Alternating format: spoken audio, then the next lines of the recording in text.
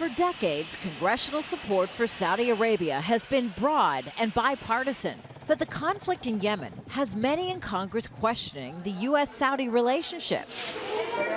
Despite outrage over attacks on civilians and death and suffering from a humanitarian crisis, there's been no congressional action to end U.S. support for Saudi Arabia's targeting of Houthi rebels in Yemen.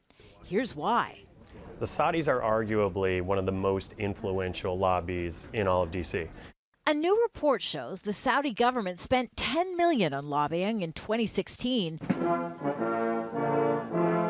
By 2017, the year Donald Trump was sworn in as president, that number ballooned to almost $27 million. Contributions to political campaigns were also up. And in a dozen cases, firms representing Saudi Arabia met with and made cash contributions to U.S. politicians to buy influence, all in a single day. It's the thousands of times their lobbyists have contacted members of Congress. It's the $400,000 in campaign contributions that we saw going from lobbying firms representing the Saudis to members of Congress. In spite of that sort of spending, the killing of Jamal Khashoggi by Saudi agents in Turkey has lawmakers reevaluating the relationship. This puts the White House under tremendous pressure to take action, and Congress is not going to forget about this. The pressure will probably increase on Congress to take swift action.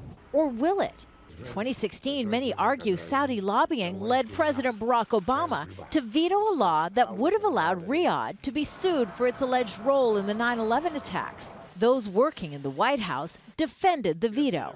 The United States government, U.S. service members, U.S. diplomats, and even potentially U.S. companies are at risk of being hauled into court in countries all around the world. Still, a top Obama official feels the Trump administration's relationship with the Saudi Crown Prince Mohammed bin Salman has gone too far.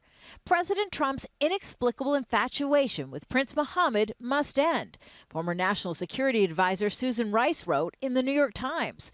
And he must recalibrate American policy so that it serves our national interests, not his personal interests or those of the Crown Prince.